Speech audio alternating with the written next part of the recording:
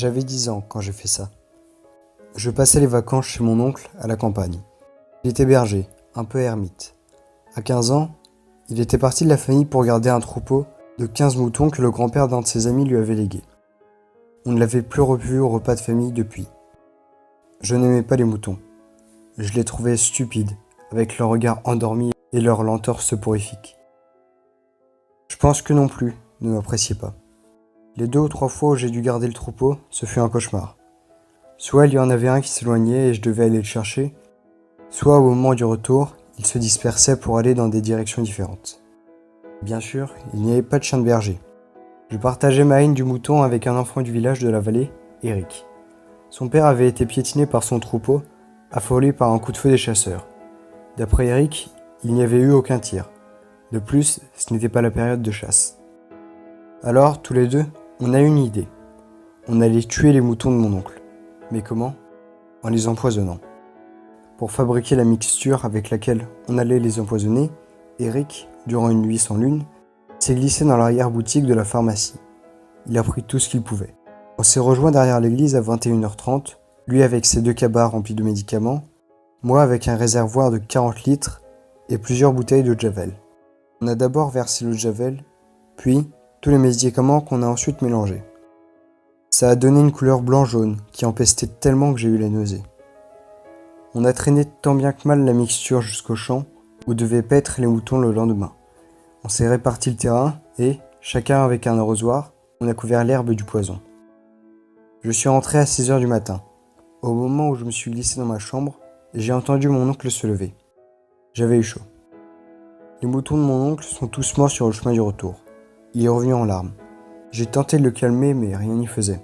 Il est monté dans sa chambre 4 à 4. Il s'y est enfermé. Après quelques minutes, je me suis élancé à travers le salon. L'idée du suicide m'avait effleuré. Mais il s'était endormi. Cette nuit-là, je n'ai jamais aussi bien dormi. Le matin, je suis reparti à Paris, euphorique. Mais la nuit ne s'est pas aussi bien déroulée. Lorsque j'ai ouvert la fenêtre, afin de fermer les volets, je les ai vus. Les moutons. Ils étaient là, en bas de chez moi, remplissant la rue, et davantage encore. Ils me regardaient, leurs yeux rouges, brillants. Et c'est comme ça chaque soir, depuis 20 ans. J'arrête pas de penser à ce regard. Au début, je faisais des cauchemars. Puis, il y a 5 ans, je me suis réveillé plusieurs fois pendant mon sommeil. J'ai fait quelques crises de somnambulisme où je me suis réveillé, la main sur la poignée de la porte, prêt à la rouvrir. Et depuis une semaine, je ne dors plus. J'ai essayé toutes les méthodes, les somnifères les plus puissants. Même compter les moutons ne marche pas. Je suis né ici. J'ai grandi ici. Cet endroit est sombre, glauque, puant, sans hygiène. On vit par 4 dans des cages où on devrait être seul. On fait nos besoins à même le sol. Parfois, les excréments dégoulinent jusqu'à la cage d'en dessous. Toutes les cages sont empilées. On est à l'étroit, c'est sale, nauséabond. Les hommes en combinaison bleue viennent nettoyer une fois toutes les 2 semaines. Chaque jour se vit dans la peur. Je n'ai jamais vu la lumière du jour. Parfois, des cages disparaissent pendant la nuit. On ne sait pas où elles vont. On ne les revoit jamais. Un soir, un homme en combinaison grise vient éteindre les néons. Il y a un logo brodé sur sa casquette. Dessus, il est écrit KFC. 100. Ma 100e victime.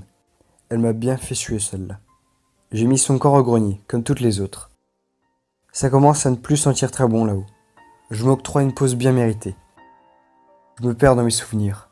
Ah, je laisse mon esprit vagabonder jusqu'à tomber sur le meurtre de ma première victime. C'était il y a 2 ans, durant l'été. Il faisait très chaud. J'étais dans un hôtel en Grèce, me baladant sur un chemin de campagne. C'est là que je l'ai vue. Elle était coincée dans un trou profond. Elle criait, appelant à l'aide. Elle avait des égratignures sur tout le corps. Elle a tourné ses yeux suppliants vers moi, l'air de dire « Tirez-moi de là, s'il vous plaît ». Alors l'envie s'est réveillée en moi. Un instinct primaire, un frisson. Je me suis approché du trou, lentement, pour ne pas faire tomber de terre dedans. Je l'ai observée, elle aussi. On était les yeux dans les yeux. J'aurais pu la sortir de là. On serait allé chez moi. Je l'aurais rassurée. On aurait pu finir la vie ensemble. Mais cet instinct a pris le dessus. Alors j'ai commencé par pousser un peu de terre avec mon pied, Elle a hurlé. Je n'ai pas eu peur. Personne n'était aux alentours. Bientôt, je me suis retrouvé à quatre pattes, balançant de la terre sur son corps tremblant de peur, de rage et d'envie de vivre. J'ai commencé cette inhumation jusqu'à ce qu'elle ne se débatte plus. J'ai laissé son cadavre au fond du trou et j'ai attendu. Plusieurs heures plus tard, je l'ai déterré. Je l'ai délicatement pris et l'ai amené dans ma chambre. À la fin de mon séjour, son corps était tout desséché. Mon esprit avance un peu dans mes souvenirs.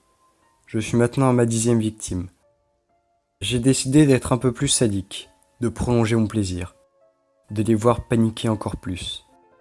Pour cela, je les attire dans ma grande villa, au bord de la Méditerranée. Je les laisse se promener un peu, à travers les pièces, les espionnant de loin. Puis, vient le moment de la poursuite. Je ferme les portes, les fenêtres, tout ce qui peut permettre de s'échapper est soigneusement clos. Ensuite, j'arrive doucement par derrière. Je frappe un grand coup dans le mur et la laisse s'enfuir. Je lui donne 1 minute avant de me mettre à la chercher. Je me glisse habilement, sans bruit, comme un félin, dans les moindres recoins. Je vois parfois une ombre furtive passer du coin de l'œil, et alors, je la suis jusqu'à une pièce sans issue. Elle est là, à chercher une sortie, paniquée. Je lui donne un peu de temps, dans des tentatives désespérées de briser la fenêtre. Finalement, je m'approche d'elle, et avec mon couteau de cuisine, je mets fin à sa vie. Parfois, mais rarement, elle réussit à esquiver mon coup. Alors, je réessaye. Ce qui s'était passé avec la 100e, c'était qu'elle avait réussi à sortir par la porte, que j'avais apparemment mal fermée. J'ai dû la poursuivre une vingtaine de minutes de plus avant de réussir à la ramener dans cette pièce, et de la tuer. Pourquoi fais-je ça, vous demandez-vous? Eh bien, je vais vous dire, je les déteste. Elles sont ignobles, regardez de plus près, vous verrez. Comment peut-on détester à ce point? C'est simple, on m'a dit qu'elle m'apporterait de la joie. J'ai réussi à tourner cette chose en ma faveur, certes, mais auparavant, elles ne m'ont apporté que du malheur. Je sais, je ne suis pas comme vous, mais que voulez-vous? Je déteste les chats. Voilà, j'espère que vous avez apprécié cette vidéo. Je trouve que c'est important d'en parler, surtout que c'est des choses qui se passent chaque année.